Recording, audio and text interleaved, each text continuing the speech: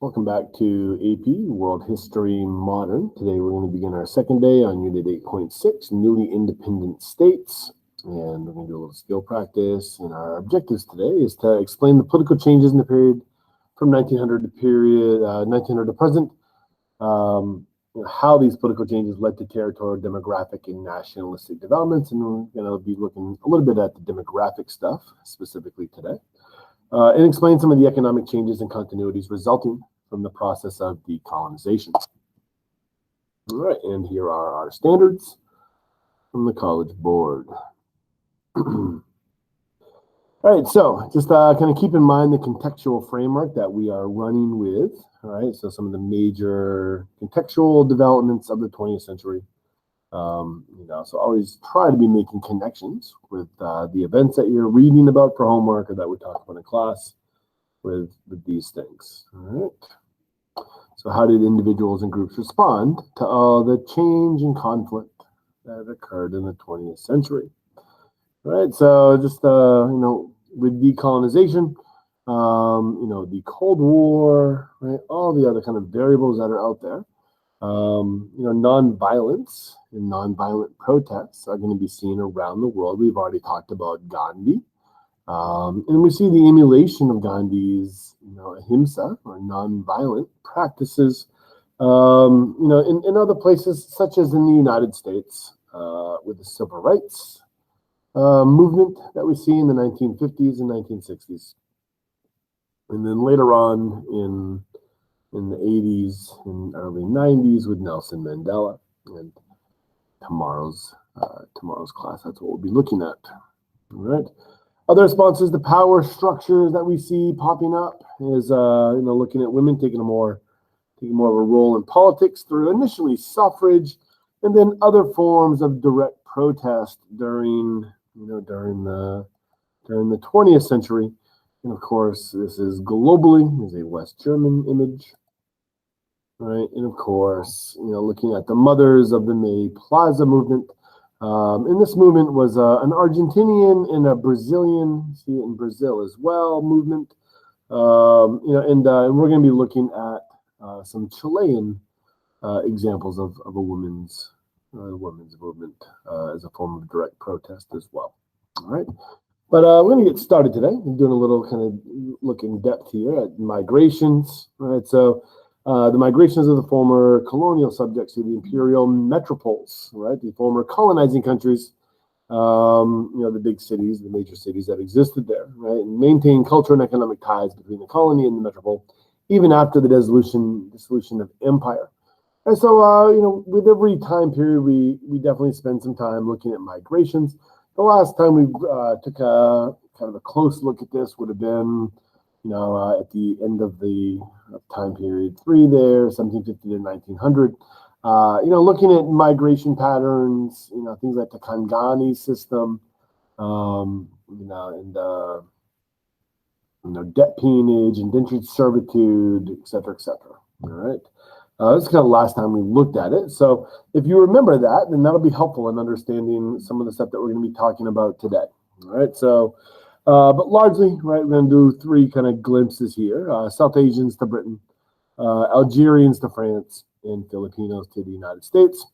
And it's always good to keep in mind the push factors that exist. And in class, we'll look at decolonization. How is decolonization a push factor? Like what might be a push factor when you talk about decolonization? The quick and easy answers to there, which we usually do it as part of the class discussion. But since we're not here, and we look at decolonization is typically a push factor for a variety of reasons. One of which might be, if you are, from the colonizing country, you might, if you are a settler, right? If you are a settler into that former colony, then you may be urged. And I'm going to use that word very generically. You may be urged to migrate back to your country of origin. All right, so that's going to be some level of what we see here with this migration. And also another group that's going to be, that typically would be targeted is individuals from the country who cooperated or worked as part of the government, right? And this is one of the things you got to remember, that the colonial governments in many of the colonies were operated and run by people from that country. So if we're talking about Kenya, right, there are some European descent, British descent settlers who do go to Kenya, but much of the day-to-day operation of running the colonial regime is going to be done by those individuals. And by the time we get into like the 1950s and 60s, early 60s, for people who were working in the government, the writing will be on the wall, and you've got a decision to make. Do you stay in country, whatever that country is? Do you stay in country through the transition to an independent nation? Or do you have concerns that people may not like you, or may blame you for colonialism, and maybe you might get targeted, or your family might get targeted? Is that a fear, right? If that is a fear, then that is a push factor. You also have the human capital that is possessed by these individuals. Assuming that they work for the colonial regime, one can assume that they have a certain amount of economic resources at their disposal. They may or may not have, connections within the government in order to obtain visas. However, even if they do not have connections, one can assume that these individuals understand the bureaucracy of government since they worked for that government. And that understanding is going to be kind of put them into a comparative advantage, relative to other people migrating into these places. So we talk about push factors associated with decolonization. There's a bunch of different angles you can look at with that. Then you have your pull factors, right? These kind of post-World War II immigration policies. So a lot of countries will be welcoming and receiving, migrants during the post-World War II era. By the time you get into the mid-1950s and 60s, that'll turn around, and policies will change by the time you get into the mid-60s, in the early 70s. But the World War II migration policies do encourage this, and of course, a good place to start with this would be the United States. The United States does change its migration policy in the 50s, to become a more inviting country for countries that had traditionally not seen large-scale migration into the country. Now, was that the design of the legal change, or was that the effect of the legal change? I guess we'll save the discussion of design of the legal immigration change in the 1950s for your A-push class. But we can at least easily talk here about the effect of the migration policy change. And that effect was wide-scale migration into the United States from countries that typically were not sending countries to the United States as a result of the quota system, right? So, and we see this with Filipino immigration in, right? So, kind of large-scale Filipino immigration in the 80s and 90s especially, right, and then into the early 2000s. And this is kind of a nice little infographic. In class, we'll often just take a minute and kind of just make some claims based on what you are seeing here, or draw some conclusions based on the infographic here. So it'd be a good idea to kind of pause and do that.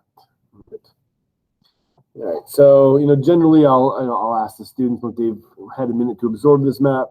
Just ask them what do the circles mean, what the different colors mean. Once they've identified that, which part of the United States has the largest percentage of Filipino descent individuals per capita.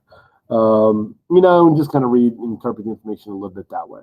So we'll take a moment on that. Then we'll go to this chart and just kind of continue to add a couple additional questions, just using this. It's very similar information. For the most part, the students like this better, a little clearer usually. So, but like which coast of the United States has a higher percentage of Filipino migrants within the United States per capita. Basic questions like that. All right. And those I read an interesting piece a bunch of years back about migration into England, during the post-World War II era. And the basic idea here was that, the early migrants who came in, so when you kind of think when decolonization takes place, so, 1947 is when South Asia starts to kind of undergo that process. So when decolonization takes place, you start to see widespread migration into South Asia from these former colonies. So in the late 40s, you see, Egypt had technically, kind of undergone this process by the 30s, but by the mid 1950s, ties are really severing once Nasser comes to power. So you're going to see some immigration in from Egypt in the 50s. Kenyans in the early, late 50s and early 60s. Anyway, so maybe it was a podcast I was listening to. It was talking about how migrants were received, or the way that migrants into England were received, and how it changed from the 1940s, 50s, 60s, and into the 70s. And the basic idea was that as migrants came in the 40s and 50s, they were generally welcomed with public housing, public benefits, and were generally welcomed and transitioned into British life, through generous benefits from the state. And then by the time we get into the mid 1960s, right, once decolonization has in essence run its course, and you see mass migration into England, right, as a result of decolonization. Those migrants who come into England in the mid to late 60s, are not going to experience the same kind of ease of transition into British life, right, that their earlier predecessors had undergone. And by the time we get to the early 1970s, immigrants who are coming in are largely, left to fend for themselves, when they come into places like England. When we look at this, right, we in class we generally read this and just ask a couple questions on this. So just as a quick review, right, and I encourage you to pause and read this real quick, right, and as a quick review, when we after you've read it, I will ask. I'll ask kind of questions like, when we start talking about the expulsion of these individuals, who are these African Asians, right? Can you identify which region of the world these African Asians are from? Right. So if you can't get that, then I would probably throw a hint. When we talked about the period in the late 1800s, the last time we talked about migration, we talked about Kangani labor. These are Kangani labor, debt peonage labor that were coming from this part of the world into South Africa to work in the gold fields, and East Africa to work on infrastructure projects such as the railroads. So where were they from? And for the most part, maybe it's because they read the Commonwealth countries there, they identified them as South Asians, right? So this is, when you're talking about the Amin regime, he gives South Asian descent Ugandans, right? And because they are Ugandans, because when you think about when South Asians moved to Uganda, it would have been in the 1890s. When you would have started to see large scale migration in. So 80 years, that's 2 to 3 generations of South Asian descent Ugandans. But he'd given them 90 days to leave. And so take all your possessions and go. And if you were there beyond the time limit, they would have been in violation of the law. So we do see a lot will move back to South Asia, but many will go to England as a result of this. But at this point, this is a migration, not necessarily out of choice. So this is migration, being uprooted, and and of course the receiving country was no longer as amenable as they were had this happened 20 years earlier. Okay. Right, and then this is also, once you do this, after I go over that, we look at this in class, and I'll ask the kids in class, give me any example. Nothing is off the table.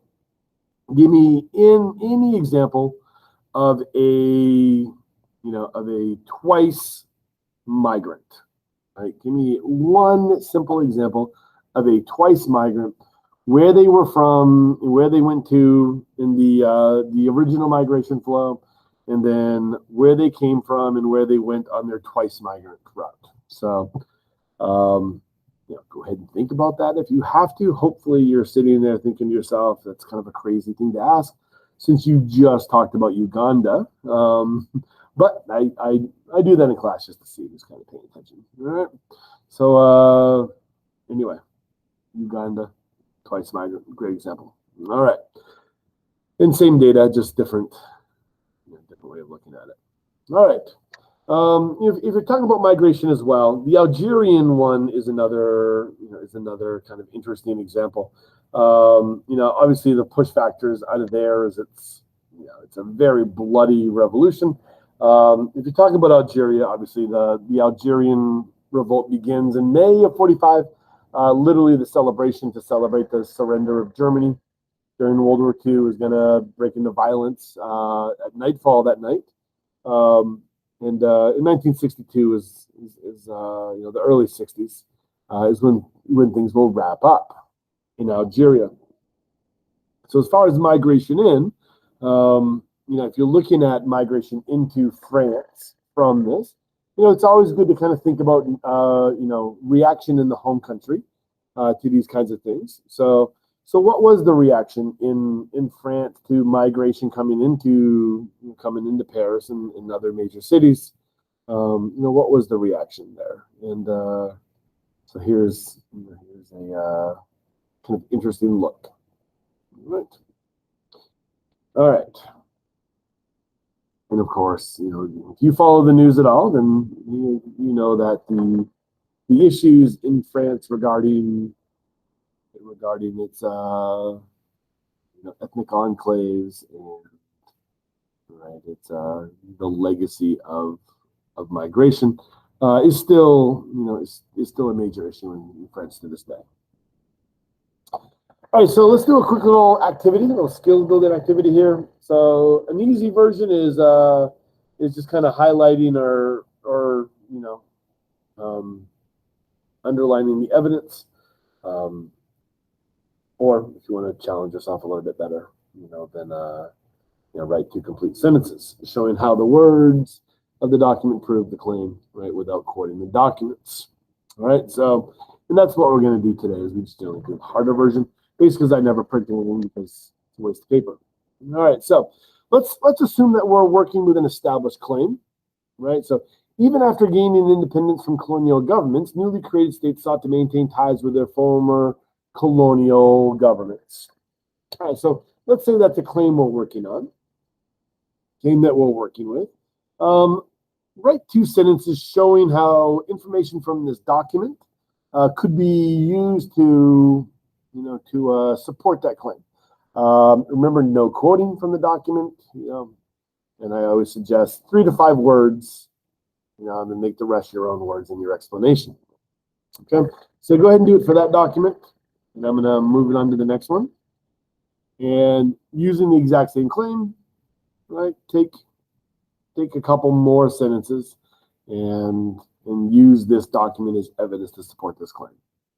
Okay. All right. All right. Lastly, maybe second to last topic we're looking at today: other responses to power structures.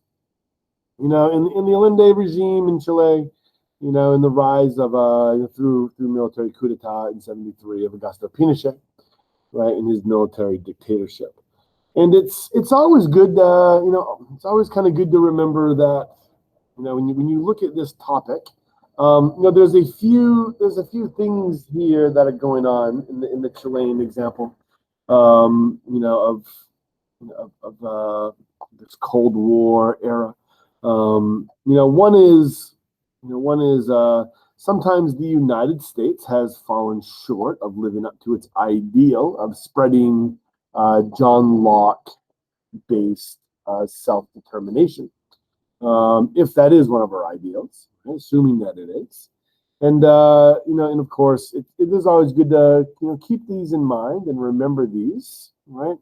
And, if this is something that we do aspire to as a country.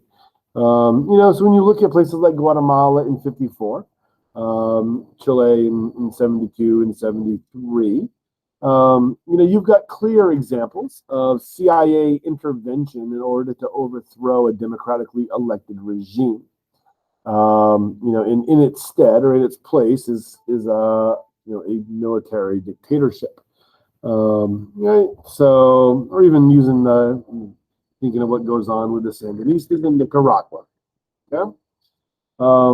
Right. So, anyway, that being said, it is always good to be aware and to not forget about those moments where the ideals were not lived up to. All right, so here we go, my friends. Right, surely this would be the last opportunity for me to address you. So this is Salvador Allende, the Chilean president. What becomes known as his farewell address, right? As the as the military junta is coming, right? And so in class, I guess I won't read this out loud. You can pause and read this yourself. But in class, we will, have the kids read this. Have students read this, and we generally I'll stop and ask these kinds of questions. Who is he referring to in regards to foreign capital, imperialism, foreign assistance? Who is he referring to specifically, right? And in this case here, who is he referring to as far as military forces? Right. So make sure you know those. Make sure you know those answers. All right. And of course, as far as who the foreign intervention is, obviously there's no doubt that there was CIA involvement in this situation. Okay. So when you talk about this, when you talk about the case of Chile, it's once you kind of get past him, right? The rise of Pinochet. When you actually talk about the Pinochet regime from 73 to 1990, there's generally two angles in which most people will view this time or kind of deal with this period.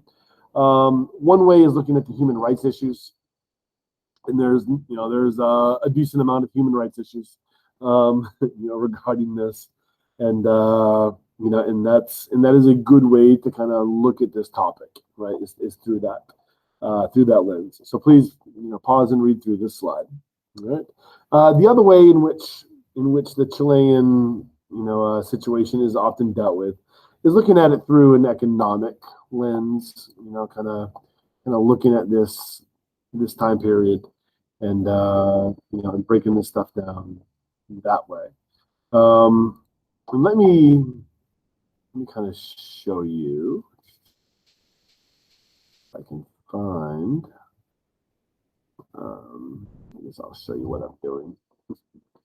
Drag this over. I'm trying to find. I've got a Chile.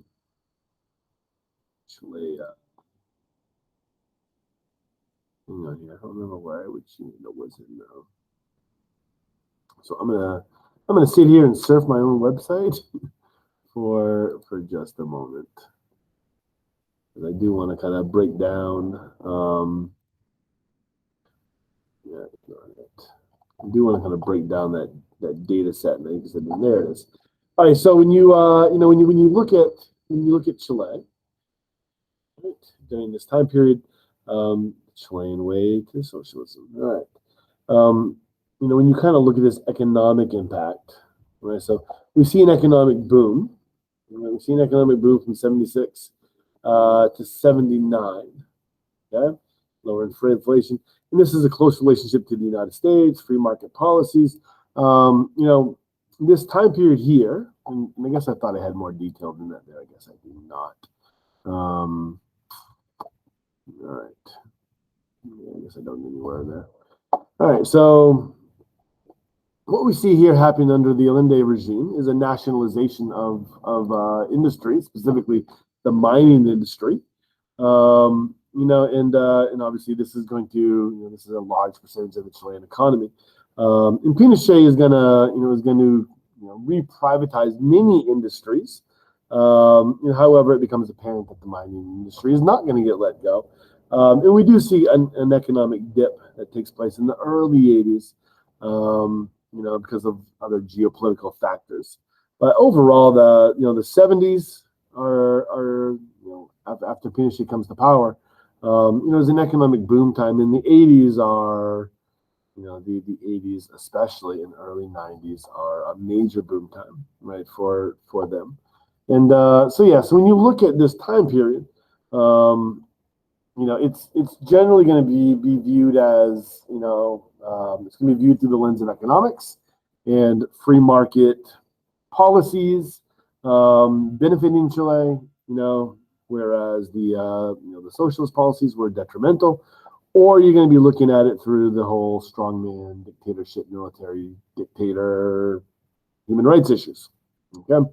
And of course, the Kissinger, the American relationship was solid throughout the period, right, from 73 on. Okay. So here's an example of pop culture consumerism, kind of looking at Pinochet, obviously depicting one of his practices and how he dealt with political dissidents. So I often kind of look at, I'll look at this image in class, and generally we ask, is this offensive? Is this an offensive shirt? Obviously it is, right? So, because we're talking about real life events. Right. So then the question that I usually ask is this as offensive? Is this more offensive or less offensive than a picture of Che Guevara? With a picture of Che's face on it. The number of people killed are roughly the same, right? And so why or why not? Just as a point of discussion. Okay. And also we talked earlier in this class about women's becoming more active protesting. So I'm just going to go through a set of these pieces of cloth, right? Comforters, umbrellas, that were chronicling the human rights violations of Pinochet. So please feel free to pause and read through these. I'm just going to scroll through, so giving you enough time to stop the video. But it is a unique form of protest, right? So it's a way to give voice to your concerns.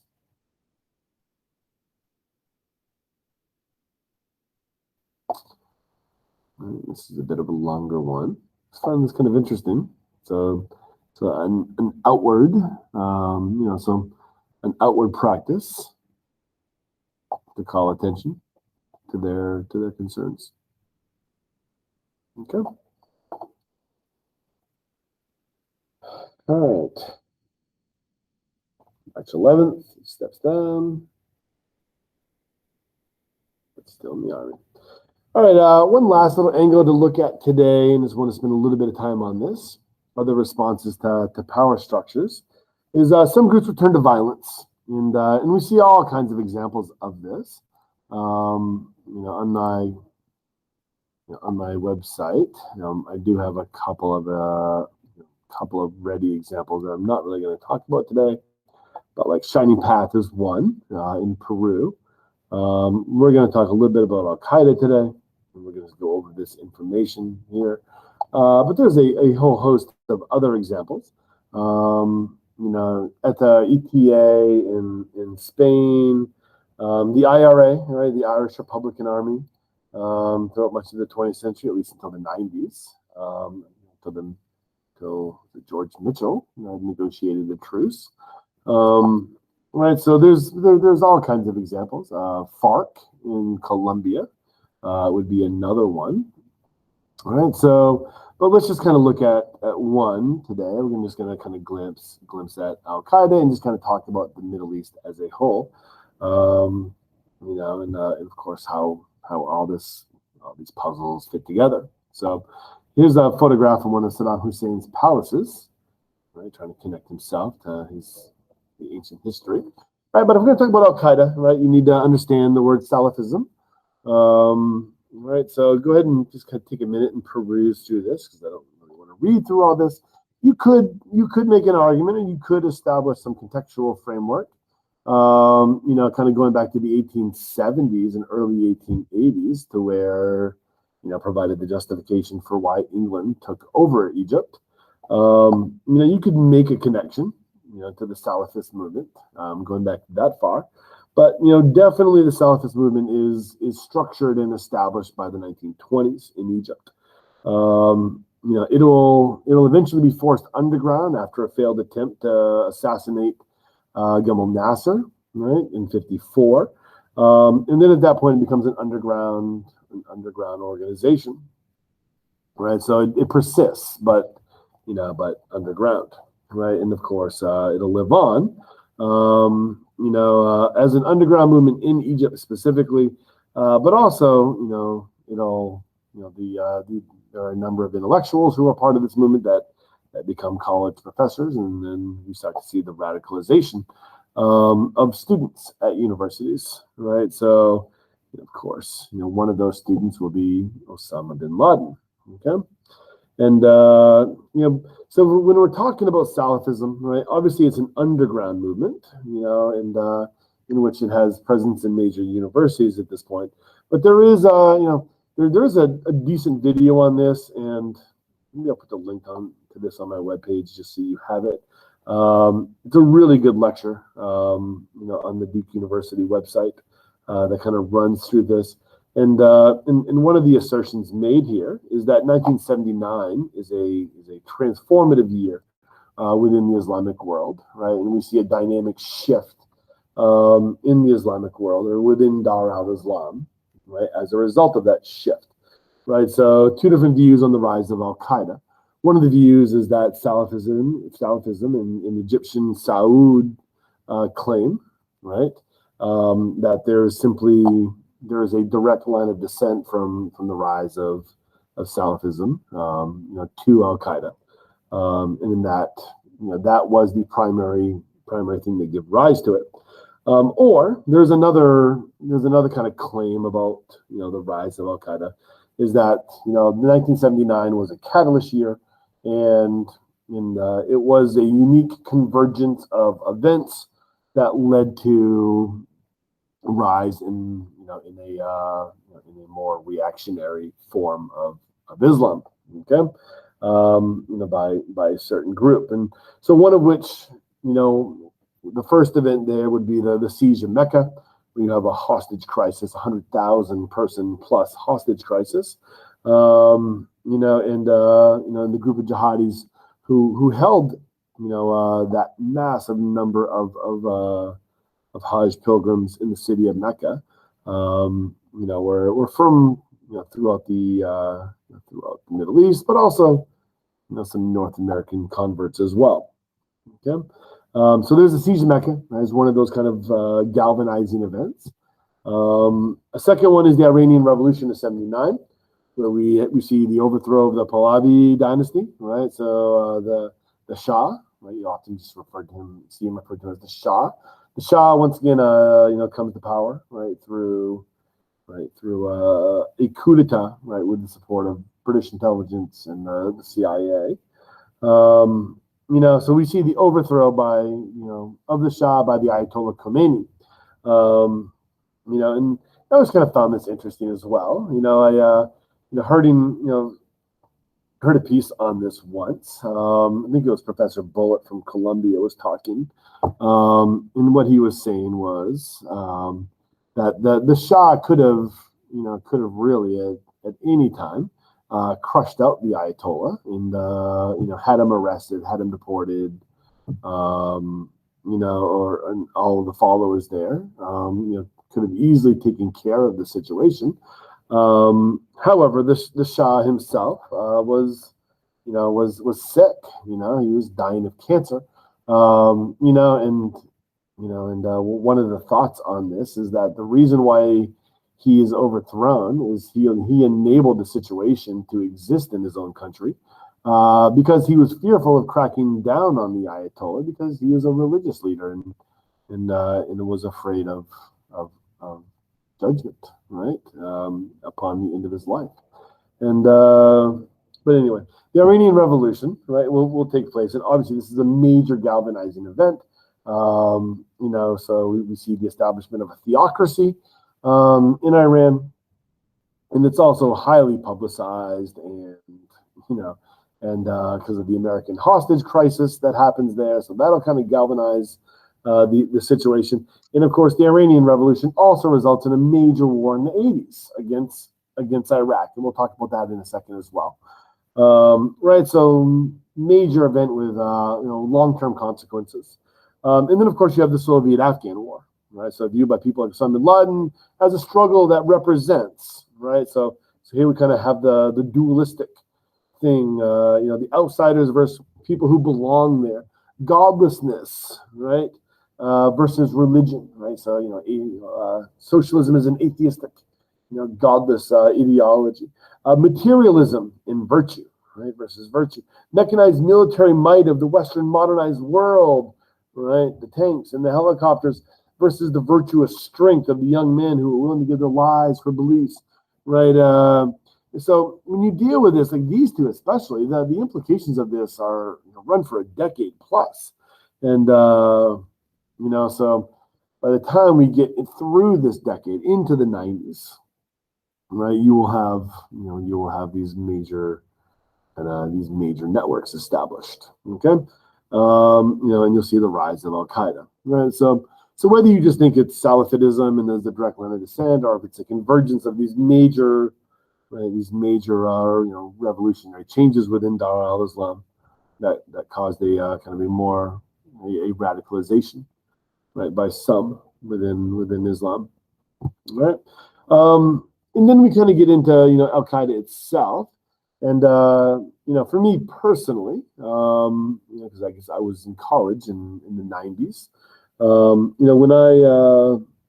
I first came to learn about Al-Qaeda, would have definitely been under, after the Nairobi attacks, the Kenyan bombings, and of course, one of the realities of a foreign consulate, a foreign embassy, is that most people who work there are actually, nationals of that country. And you can see that in the death toll of this attack, right? So this was the Nairobi bombing, right? And kind of very well known, and of course, by the time the Cole happened, the attack on the USS Cole, I was teaching world history at that point.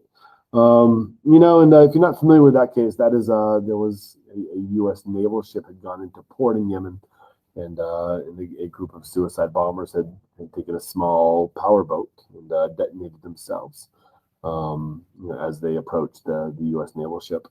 So because of these very high-profile attacks against the United States, most people were well aware of Al-Qaeda by this point. This is at the very end of the Clinton years, and Clinton responded to this one. Following the Nairobi, the Nairobi attacks, Al-Qaeda will kind of move its operation from Africa, because they were now operating in Africa in the late 90s. They transitioned themselves from Africa to Afghanistan, and by this time, Afghanistan was under the control of a group known as the Taliban. So the Taliban isn't Al-Qaeda. Al-Qaeda is not Taliban, but the Taliban allowed Al-Qaeda to operate within their borders. And following the attack on the Cole, President Clinton did launch I believe it was a Tomahawk missile strike.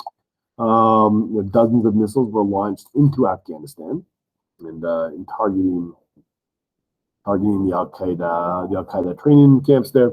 And that was about the end, at least what I know about the U.S. response to that, right? So that all being said, these are pretty well publicized, known entities. So, and I remember, because I was teaching high school in New York, on September 11th. And I remember sitting there with my students as we were watching, or not watching, as we were not allowed to watch this on television in New York. But I remember sitting in class with students that afternoon, Many kids have been checked out already, but it was basically just a study hall that afternoon. No radios allowed, no TV or anything like that. But I remember there was a couple of students who asked me, Mr. CF, do you think this is Al-Qaeda? So it was their first thought, those who are in tune with current events in the news, right? So, and of course, the implications of this are going to be, are going to be massive. So kind of before we talk about that real quick, just kind of real quick about this 1979 thing. And I mentioned that the Iranian Revolution is going to have a long-term implication. We've already kind of dealt with the Soviet Afghan one, because that goes from 79 to 89, and we've already kind of looked at that through a document. Right, but the Iranian one, if you're not familiar, there was a 10-year-long or 8-year-long war known as the Iran-Iraq War. And of course, you'll often kind of see it portrayed in a lot of different ways. Obviously, the United States, we had a relationship with Saddam Hussein at this point, so you will see images of Dick Cheney with Saddam Hussein in the 1980s. And is the enemy of our enemy is our friend kind of mentality, and the Iran hostage crisis, really kind of soured the possibility of a relationship, with Iran for a long period of time. So, and I guess how sour that relationship comes and goes, right? Depending upon current event. As of right now in 2021, it's still pretty sour at this exact moment, but we will see what the future holds. When you look at this whole war, I mean, I remember I was a child when this was going on, middle schooler, early high schooler. When this kind of stuff was going on, and I do remember hearing about this whole, I guess not the key thing, but I remember seeing the tanks, and I know what this key thing is talking about. So I guess the way it was presented on the news, I guess, is that Iranian children, they would tie them together and walk them in front of the tanks, because the tanks were so valuable that they were afraid that the tanks might hit a landmine. So instead of expending your tanks, it would be better to have the children martyr themselves for the greater glory and perseverance of Iran. Okay, so when you hear these kind of keys referenced like this, giving these children the keys so that when they martyr themselves, that's this is what it's referring to. Okay, those kinds of practices, right? So shocking stuff to kind of sit and think about. All right, as far as the post 9/11, right, post September 11th stuff, if you want to kind of look at some of the effects of this, in Afghanistan, which this is off the map here, and Afghanistan is right here. Obviously there's going to be an invasion in Afghanistan, and 20 years later, there's still an American troop presence there, right? 2 years after that, you're going to see, in 2003, so I guess less than 2 years after that, you're going to see the invasion of Iraq. So you'll see Saddam Hussein overthrown. And it's not directly connected to the terrorist attacks of September 11th. However, it is indirectly connected, right? So it just becomes part of the larger war on terror, and in a series of claims that were made by the Bush administration to activities that were being practiced by Saddam Hussein. None of which materialized, right? And ended up the justification for going into Iraq proved to be inaccurate.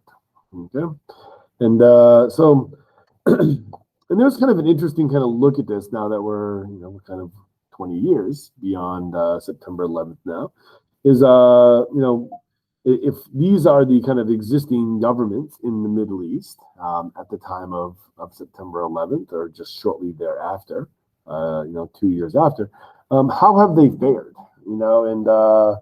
which stables proved to be the most stable, and which regimes proved to be the kind of least stable, and in large, you're kind of looking at this. The more stable regimes, have tended to be the monarchies. The monarchies have certainly kind of persisted, at a higher rate, right? At a higher rate than the others. There's only one democracy, that's Israel, so that's an outlier, But if you look at your military dictatorships, you look at your republics, the Arab Spring in 2011, certainly wreaked havoc on this, which I guess also kind of brings up, kind of a good kind of tie on this, is when you talk about the Salafism and the Muslim Brotherhood. This is kind of one of those things that pops up with Egypt again, because the Muslim Brotherhood comes back in 2011. So when we see an attempt at democracy in Egypt following the Arab Spring in 2011, it's one of those things where when you look at why the Muslim Brotherhood does so well in that election, is if you one of the claims that I've heard made by people who focus on this topic, is that as a result of the Muslim Brotherhood being forced into an underground movement in the 1950s and then persisting into the modern era, when Egypt all of a sudden has a moment where they're going to have a democratic election, there's no political infrastructure in place in the country, no established political parties or anything at all like that. The only political organization or ideological organization that had any kind of established network in Egypt, both in the cities and in the rural parts of the country, was the Muslim Brotherhood. So, which is why when that first democratically held election happens in Egypt, the Muslim Brotherhood will sweep the election and come to dominate, because they had that established network in place. They were organized, and were able to pull together an election movement. But that was not long lived, and the Muslim Brotherhood is suppressed, has been suppressed again. All right, so anyway, that's a good place to wrap up, I think. All right, so just a quick debrief summary. Attempts by government to guide the nation's economic policies resulted in long-term stagnation, often dependent on violation of basic civil liberties. Right, so the creation of new states sometimes result in humanitarian emergencies as a result of population displacement and resettlement, and decolonization resulting in large portion of populations of new nation migrating to former colonial nations' metropoles for a variety of reasons. All right, that is all for today. Sapiati.